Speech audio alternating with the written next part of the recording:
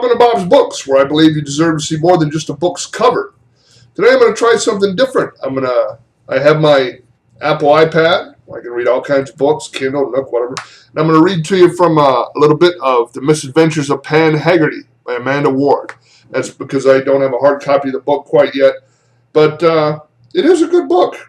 It's a very well-written novel about an English woman who's had enough of picking up her children's clothes on the floor. She's middle-aged. Her husband's deceased. So she decides to take a trip over to America and take a ride around what we call, I don't know, a motorhome, Winnebago. She calls it a caravan. She's going to rent a caravan and travel around the States. She wants to go and see all the things she's seen in movies she's loved, go to the places she's always heard about. So one of her first stops is right across the street from Tiffany's Jewelers. She always wanted breakfast at Tiffany's. She goes to a little cafe near there. And this is where we're going to start. Coffee? She peered over at a tall, thin woman wearing a red and cream overall and apron, holding a glass carafe full of steaming brown liquid. Her name tag said Velma. No, thank you, Penn replied, and was amazed at how snooty her voice sounded. Tea, please? Tea, sure. Velma disappeared through a door. Penn returned to the menu. So many choices were listed: ham and eggs, sausages, pancakes with maple syrup and bacon, scrambled eggs, hash browns, and omelets. Penn made up her mind to ask for an English breakfast to take out. Velma came back with a large cream mug. It clattered on the countertop. Here you go. Can I take your order? Velma inquired. Penn peered through the steam. She saw something in the water, but wasn't too sure if it was a tea bag or something more sinister. She opened her mouth to ask, but didn't really want to cause a fuss. Penn closed it and inwardly winced as she gave her order.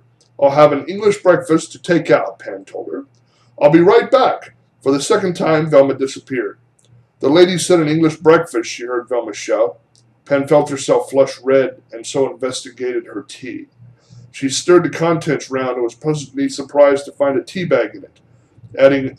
After adding milk and sugar, Penn removed the tea bag and had just sipped at it when a plate was put in front of her. What on earth was this? 2 eggs and bacon? No, that's not right. Where were the others? Excuse me, Penn called to Velma. She heard Velma let out a sigh. Yes? I asked for an English breakfast. This is an English breakfast, Velma stated. Penn shook her head. It isn't, believe me, Penn insisted. Hey, boss, she called. What? Yelled a very deep, booming voice from the back of the diner. The lady says you didn't make her an English breakfast, Velma called. Penn grimaced at the volume but continued to sip her tea daintily, keeping her stiff upper lip. You can tell her, if it isn't good enough, to come back here and make it herself. She heard the challenge issued. Penn drained her mug and put it on the white counter with a clatter.